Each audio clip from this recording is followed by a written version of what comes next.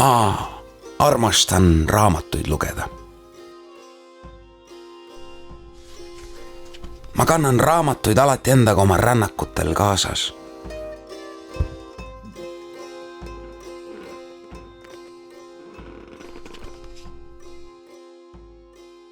Mulle meeldib õhtuti lugeda Douglast, hommikuti Underit.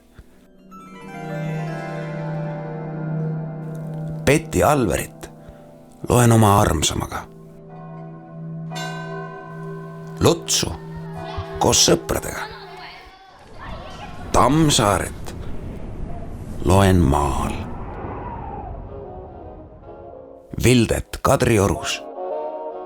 Juhan Liivi, Liid ja Koidule ja Kreutzwaldita ei tähista ma kunagi tähtpäevi, mis eestlastele kallid.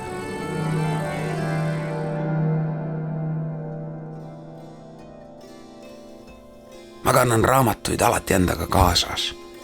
Ei või kunagi lõpuni teada, millal millist raamatut vaja läheb.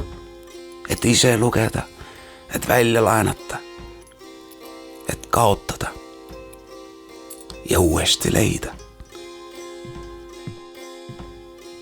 Aga raamatuid kaasas kandes fantaseerin ma tihti, et millised nad päriselt olid. Milline oli Alver? Milline Luts? Milline oli Vilde ja milline Tammsaare? Kuidas elasid Koidule ja tema sõber Kreutzwald? Kust? Ja kuhu läks Juhan Liiv? Ma ei tea, millised need kirjanikud olid. Aga ma tean, kuidas seda teada saada. Tuleb neile külla minna. Lähme kirjanikele külla.